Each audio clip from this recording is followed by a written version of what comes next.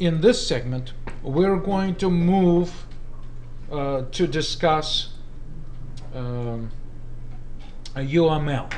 So we just downloaded Violet. I saved it, as you recall. I downloaded it, then saved it on my CIS 123 folder or software folder, and I'm going to jump there. That's where I downloaded my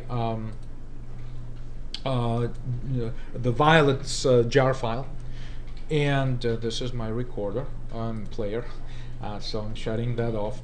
So this is what I downloaded as a result of going here, looking for ways to download Violet UML editor. And so now I am going to try opening it. Can't open file to open file. Apparently it does want me to use the command line. So how about this? Useful trick: if you right click, you get this, right? But if you use shift right click, that came in with Vista Windows, there is copy as path. Very useful. Sometimes you just want to say, oh, okay, what is the path of this file? Copy as path. So now back to the command window, right? So I know this works. So now instead of giving my jar file, I am going to give it the Violet jar file. How about this? Hit enter, and it opens.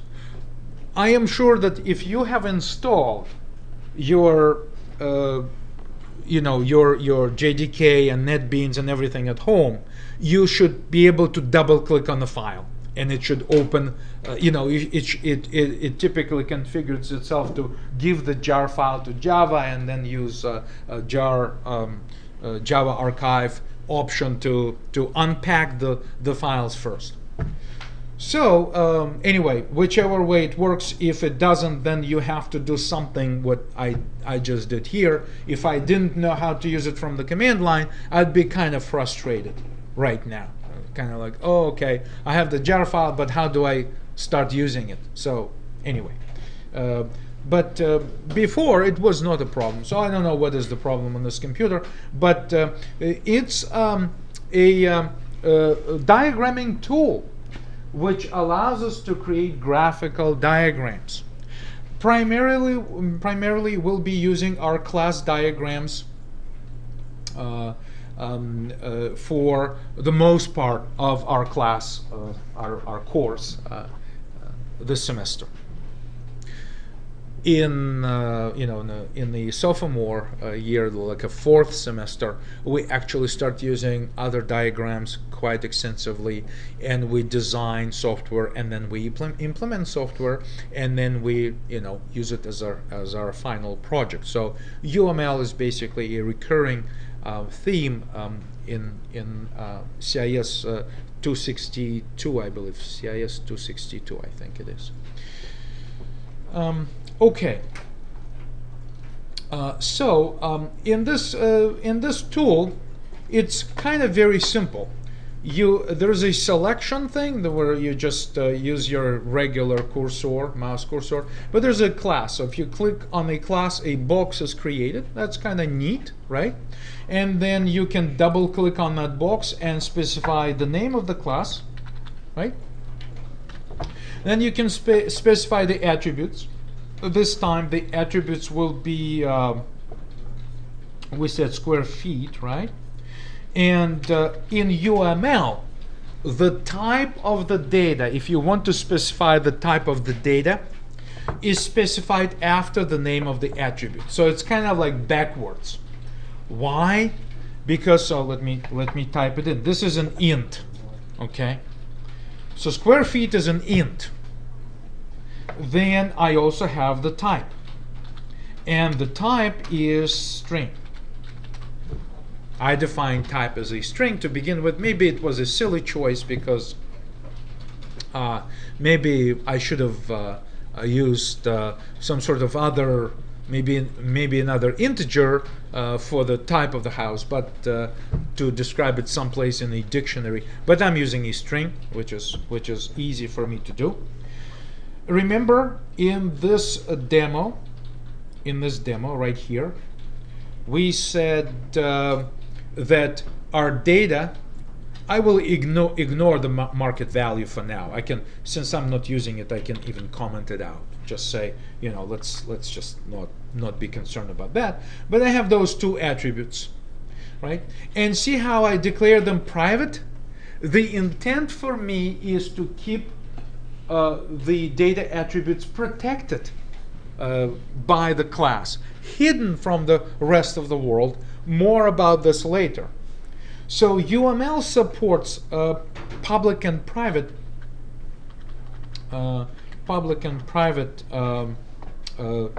labeling through the minus sign in front of your data attribute or in front of your method. Whereas, in my case, there was set square feet, right? And it was taking some parameters, and my parameters were feet, and the type of data was int. Again, UML got everything backwards, right? It got stuff backwards, so that you specify the name of the parameter, and the type follows. And here, since this is a method, see how it says methods right here and the attributes? So in UML, you can no longer mix attributes and methods. You have to specify the name of the class, otherwise the diagram will be invalid and not standard UML. The attributes must be in the middle, and at the bottom you have your methods. Because our methods are public, I will copy and paste my get, right? My get square feet does not take any parameters. Instead, it returns an int. Again, UML has it backwards. And of course, both of these guys are public, so they use plus. Plus suggests that an attribute is private. And methods also can be private, but we'll just start with this minimalistic design that the attributes are private, the methods are public, right? And then, of course, I also have the plus set type, which takes a string, and again, it's backwards. So the type is here, but the string follows. The string is the data type of the house type, right? And then the next one is a get type, which does not need any parameters. It simply returns a string. So finally, I can click OK, and this is the UML diagram for that house. Okay, so this is a representation of a house at a time of our thinking, our design. Now perhaps I can any time I click on it, I can just update the attributes. But you can have since I have a class selected here, what happens is as soon as I click, it creates a new class. So I need to switch back to the select, highlight, delete, highlight, delete. However, I now highlight this and say edit and copy, right? Copy and then edit and paste. So I can easily, using this diagram tool, I can create a copy of it. For the demonstration's sake, what I'm going to say is that sometimes everybody really knows what square feet and what type is and what methods are. So it's permissible to use UML without types. So I'm just kind of give you another version of this UML diagram which shows the class, but there are no no types, and I'm just going to click OK. You're gonna see a lot of UML diagrams like this, because especially, who is mostly concerned with the data types? Programmers. But if you'd like to share your diagram with an expert user, they kind of intuitively know everything. So you want to simplify this notation maybe to this level. Now I will say that I don't want you to use this type of notation in our homeworks or in the nearest future. We're going to try to work with this more elaborate version of it, simply for the purposes of learning it. Okay, so let me save this segment, and we can start talking a little bit about the UML in general. But you can sense that there will be a lot of diagrams if we talk about the UML.